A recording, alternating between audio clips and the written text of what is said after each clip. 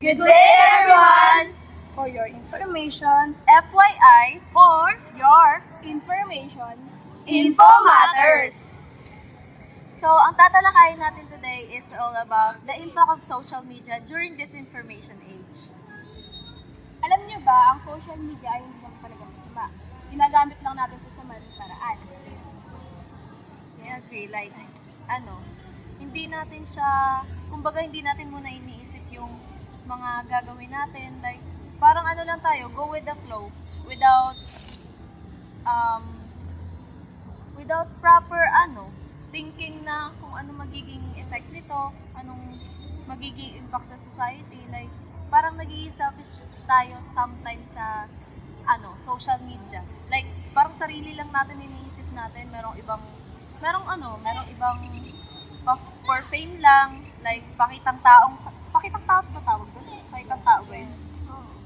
Like, so, yung tatalakay natin is impact of social media. But before that, we have here our special guest, Mr. JM. Hi po, welcome.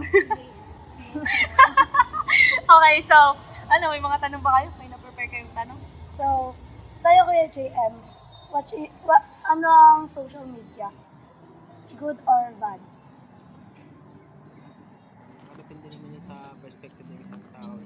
Minsan kasi kung titingnan mo yung isang bagay na maganda, hindi maganda.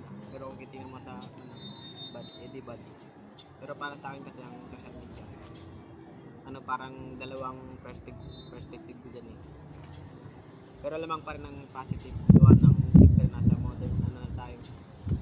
Siyempre mas mapapadali pa ang communication, pagkaan ng trabaho, ganun. Pero ang bad naman dyan, kasi ginagamit na sa mga maling gawain, ganun. Oh, like, meron siyang, may good way siya and may bad way. Dun sa bad way, parang, yun nga yung sabi ko kanina, overuse tayo or overcome tayo sa social media kasi parang na siya, very convenient na Babad na kasi mga tao. Yes. Like, alam mo, yung di ba, yung mga bata. Yes.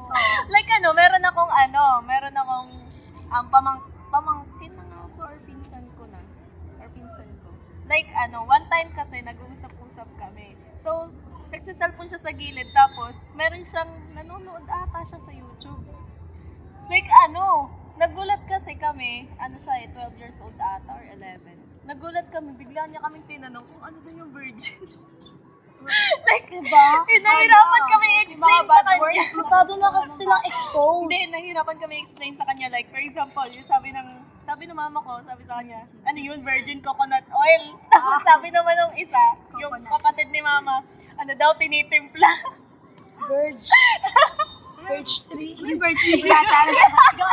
Yung gatas. Tapos, wala, alam mo, ano sabi ng bata, naguguluhan daw siya kung ano ibig sabihin nun. Tapos ayun, yung mami niya, pinaliwanag sa kanya kung ano ibig talaga sabihin nun. Kasi, sabi niya, parang time na din naman na malaman niya ang about sa mga ganyan-ganyan. Yun, ganun, parang, like, Sinabi niya na, yung ibig sabihin. oo.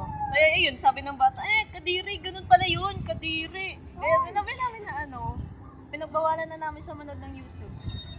Kasi ganun nga yung mga natutunan, may mga, di ba minsan may nag-advertise pa nga doon ng mga,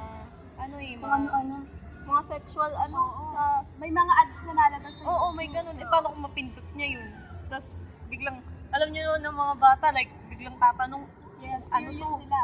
Ano yung ganun? Ano yung ganto? Kaya kailangan sa kanila ng proper guide. Like, kailangan mo lang talaga sila bigyan ng oras. Yes. And wag natin silang expose sa social media. Yes. Alam nyo ba, may bad effect din pala sa mga health natin yung masyadong paggamit ng mga... Siyempre naman. Lalo na sa mental health. Ito, suspect, laging puyat. O, hindi naman. Pero, hindi nga, aminin ko. Kaya hindi rin ako hindi ko natatapos yung mga activities ko sa school. Minsan, kakababad ko sa social media. Sobrang lawak na nun. Okay, may next question. May next question kayo?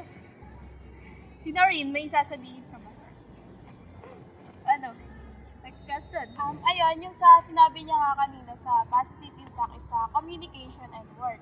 Sa communication, kapag malayo yung mga mahal natin sa buhay, like yung mga OFW, mas napapadali na yung interaction natin sa kanila through video calls and sa social media nga. So, ayun. Kayo ba guys, may mga ate at kuya ba kayo nanay, tatay na nasa abroad? Ako meron, madami. Ako din si ate. By lang kami, by IG kami nag-uusap. Diba? Lawak na din kasi ng pwedeng gamitin ng social media. Yung pinaka-trend ngayon, yung pamilya ka sa bus. Yes. Yes. Bus Off, ayun. Yes. Yung ano, recording ba siya? Pamilyar ka ba doon, Jaya? Sa basa. Alam mo yun, itatak mo lang siya din, magsasalita ka. parang voice BM. BM. Voice message. Ang gamit ko ngayon yung social media gawa ng mag-isa lang ako ngayon sa dito. Yung pamilya ko nasa probinsya. Sobrang malaking tulong sa'yo. Kaso ang problema lang sa communication yung Internet. Yes. lalo pag sa amin. provincial. Sa amin, super. Nakakapag-internet ka lang pag gabi. Hanggang umaga, yun.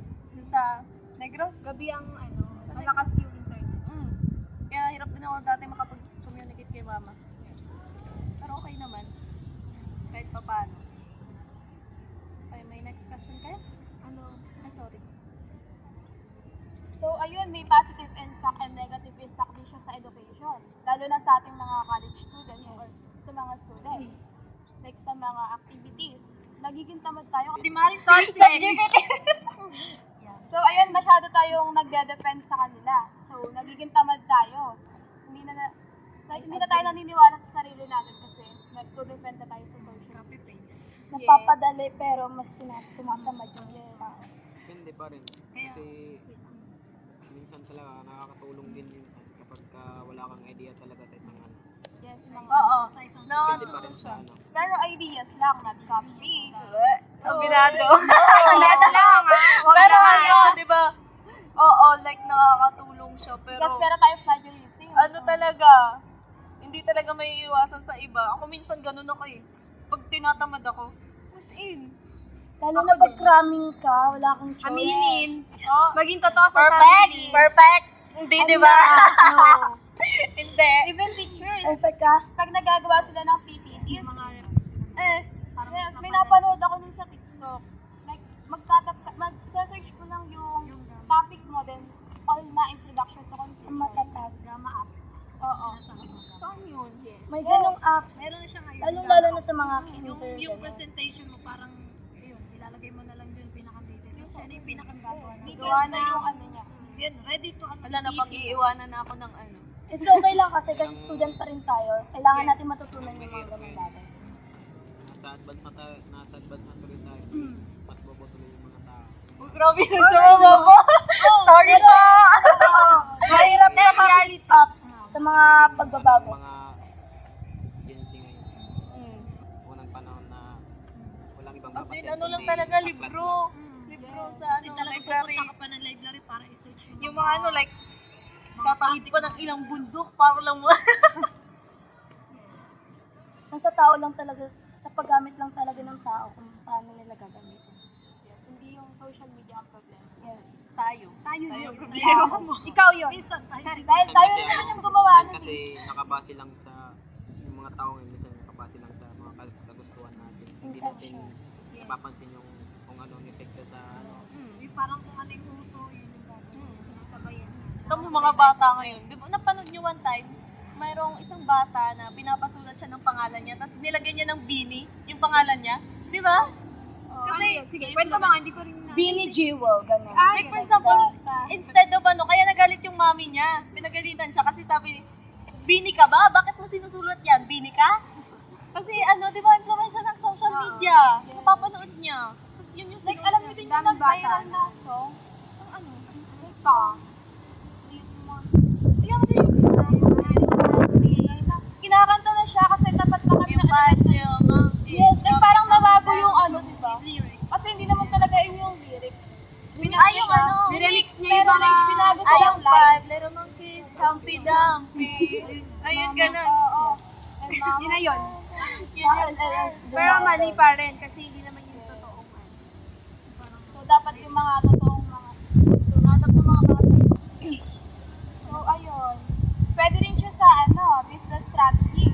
Like, nowadays, ganun yung ginagawa nila advertising. TikTok. Sa TikTok, yung mga, yung mga online Sa mga Mga Shopee, mga Lazada. content creator, yung sikat na si Yomar Yee, yung inaano niya yung payong ginagawin niya. Ginagawin ganun. Parang like yung parang entertaining na para mapapabili talaga sila. So, ayun, nagagamit nila yun. Like, oo, madami siyang overall impact, positive and negative. Pero, both ways, kailangan pa din natin mag-think twice before tayo mag-ano. Kasi, di ba, Think before you click. Sabi Either. ni Tia. Ganun. Bongga. Thank you for you. sige.